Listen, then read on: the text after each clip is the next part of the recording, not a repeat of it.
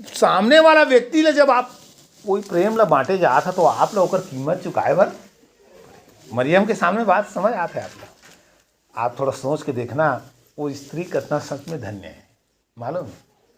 अगर हम ना संसारिक भाषा में बोली तो वास्तव में वो कौन है धन्य है। कौन ला देख करके वो हर सब हुवन अपन जीवन पूरा जगत ला क्योंकि बोली ना वो हर अपन लोग मन के कागर ही उद्धार करी वो बात देख के अपन शरीर ला वह अर्पण कर दी। बोली ठीक है परमेश्वर की इच्छा मोर जीवन में पूरी हो जाए। का मैं और आप ऐसे बोलबो कि हम जो नाश हुआ थे ते व्यक्ति मन के प्रेम के खातिर का मैं और आप उसने अपन आप ला दे सकबो है ना। ये आज तो क्रिसमस के दिन है लोग मन खुशियां मनाते दारू पिया थे कई जगह मना जाते हैं लेकिन वास्तविकता में प्यार हो जेकर जीवन में प्रभु यीशु मसीह जन्म ले वो खुशी से अपन आपला और व्यक्ति मन के लिए दे देते।